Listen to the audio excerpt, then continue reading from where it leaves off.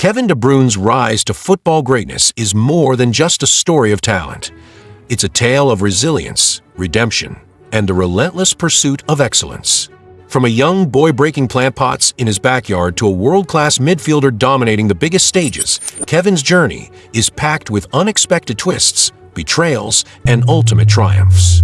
Today, we'll take you through the highs and lows of De Bruyne's career, exploring how he turned every setback into a stepping stone toward greatness. If you're a football fan, hit that subscribe button and join us as we dive into the inspiring story of Kevin De Bruyne. Kevin's story begins in the small Belgian town of Drongen, where he was born on June 28, 1991. From an early age, it was clear he had only one passion: football. As a kid, he played endlessly in the garden, breaking plant pots left and right. This led his parents to ban him from using his right foot inside, which would prove a hidden blessing as he developed ambidextrous skills that set him apart. At just 6, Kevin joined a local football academy and quickly became the standout player. Despite his shy demeanor off the pitch, his fierce competitive spirit often showed on it. He was known to shout at teammates when he felt their performance lag behind his. Recognizing that he needed to push himself, Kevin joined the Gen Academy at 8, where he faced similar challenges. Unhappy with the skill level around him, he moved to KRC Genk at 14, starting a new chapter far from home. Life at Genk wasn't easy. Kevin was placed with a foster family, but due to his introverted nature, things took a turn for the worse. His foster parents rejected him, claiming he was too quiet and difficult, and they reported him as a troubled child to the club. This left Kevin without a place to stay and forced him into a boarding school for troubled kids. Their words, "It's because of who you are," stuck with him and ignited a fire within. Determined to prove his worth, Kevin set a goal to make the Genk first team within 2 months. During a crucial youth match, he came off the bench at halftime and poured all his pent-up emotions into his performance, impressing his coaches and earning a first-team call-up, keeping his promise with days to spare. Ironically, the foster family that had once rejected him later returned to apologize, realizing his potential. But Kevin stood firm, refusing to forgive and forget. He was on his path to greatness now, and he wasn't looking back. In May 2009, De Bruyne made his professional debut for Genk. Season after season, he elevated his game, leading the club to a Belgian Pro League title in 2011 alongside his then close friend, Thibaut Courtois. Things seemed perfect. Kevin was thriving in his career and had started dating a girl named Caroline. But these two people would later betray him in unimaginable ways. His rising career saw Europe's top clubs vying for his signature. In 2012, Kevin moved to Chelsea for £7 million. The plan was to send him on loan to gain first-team experience, and in the 2012-13 season, he joined Werder Bremen in the Bundesliga. There, he had an outstanding season, scoring 10 goals and providing 9 assists, earning him the Bundesliga Young Player of the Year award. Upon returning to Chelsea, Kevin found himself under the management of Jose Mourinho. But things didn't go as planned. Off the pitch, Kevin's personal life crumbled when Caroline took a trip to Madrid, where she had an affair with Courtois. She later gave a public interview saying, "Thibaut gave me what I hadn't received in my relationship with Kevin."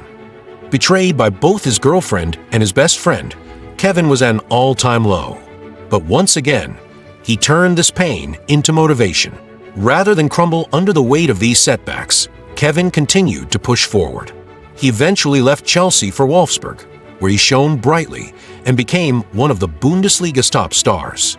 Kevin De Bruyne's story is a tale of resilience, determination, and ultimately redemption.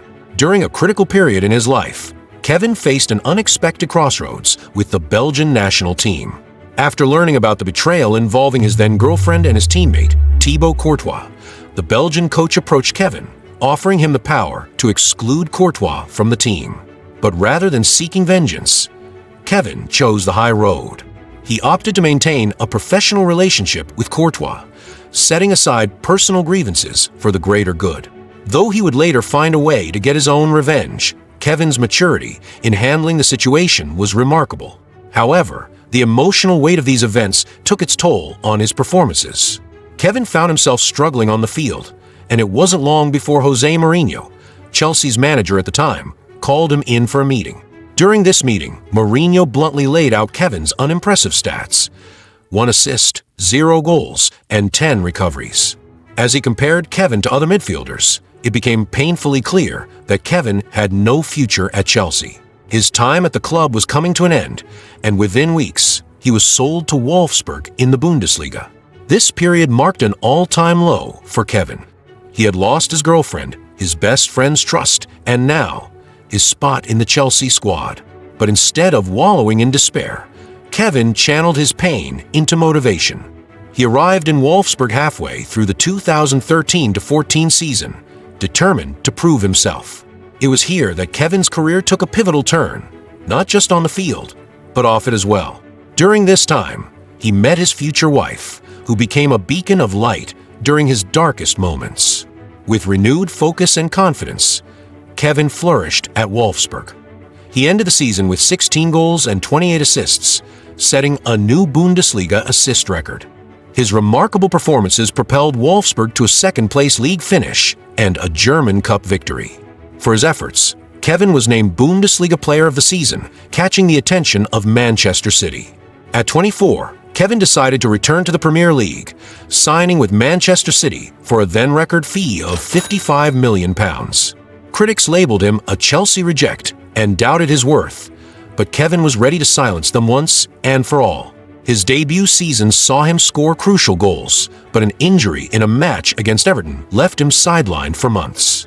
It was a challenging period, as his wife was 8 months pregnant at the time, and Kevin felt helpless on crutches. Yet, this experience helped him gain a new perspective. Family was more important than anything else. After recovering, Kevin returned to the pitch with renewed vigor. His comeback game saw him find the net, solidifying his place in the squad. As the season ended, Pep Guardiola was announced as the new manager of Manchester City. In their first conversation, Pep told Kevin, "You can easily be a top 5 player in the world." For the first time in his career, Kevin didn't need to prove someone wrong. He only needed to prove someone right. Under Pep's leadership, Kevin flourished. In the 2016-17 season, he racked up 7 goals and 21 assists, finishing 14th in the Ballon d'Or rankings. It wasn't the top 5, but it was a step in the right direction. The following season, Man City dominated the Premier League, amassing 100 points, a league record. Kevin played a key role, contributing 12 goals and 21 assists. He also helped Belgium achieve a historic third-place finish in the 2018 World Cup. Although Kevin endured another injury setback during the 2018-19 season, he still played a crucial role in Man City's domestic treble. In the 2019-20 season, he tied Thierry Henry's record for most Premier League assists in a season, further cementing his place as one of the league's all-time great playmakers. That year, he was named Premier League Player of the Season. Despite the Ballon d'Or being cancelled due to the pandemic, Kevin didn't lose focus. In 2021, he finished 8th in the Ballon d'Or, and by 2022, he had achieved his manager's challenge, finishing 3rd. He had finally proven Pep right. He was among the world's top players. In 2023, Kevin repeated the feat, placing 3rd again in the Ballon d'Or and achieving the historic treble with Manchester City, the Premier League, FA Cup, and Champions League. One particularly satisfying moment came during the Champions League semi-final against Real Madrid, where Kevin faced Courtois. In the first leg, Kevin's brilliant goal seemed like poetic justice, and in the second leg, he was instrumental in securing a decisive 4-0 victory. It was a fitting conclusion to a long-standing personal chapter. Now in 2024, Kevin De Bruyne stands as one of football's all-time greats. Kevin De Bruyne's path to football stardom wasn't easy, but he proved that with grit, determination, and an unshakable spirit, anything is possible. From being rejected to becoming one of the best playmakers of his generation, Kevin's journey is a masterclass in turning pain into purpose. If you found a story as inspiring as we did, don't forget to like, share, and comment your thoughts. And of course, subscribe to the channel for more incredible stories of football legends. Thanks for watching.